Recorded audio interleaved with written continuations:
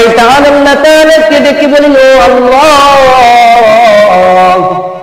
আমি আপনার বান্দাকে দেখে ছাড়বো যে তারা কিভাবে জান্নাতে যায়। আল্লাহ বলেন, ও শয়তান, তুই আমার বান্দাদেরকে কি করবে?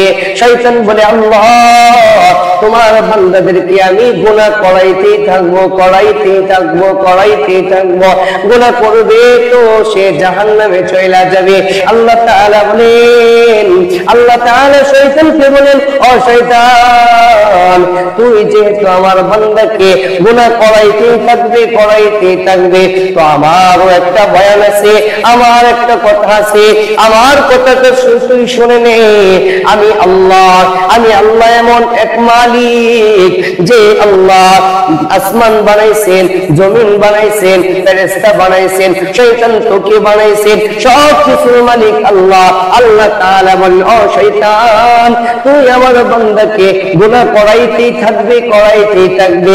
আর আমি এমন রহমান মালিক, যেই মালিক আমি বান্দার গুনাহগুলি মাফ করতেই থাকবো, করতেই থাকবো, করতেই থাকবো। সুবহানাল্লাহ।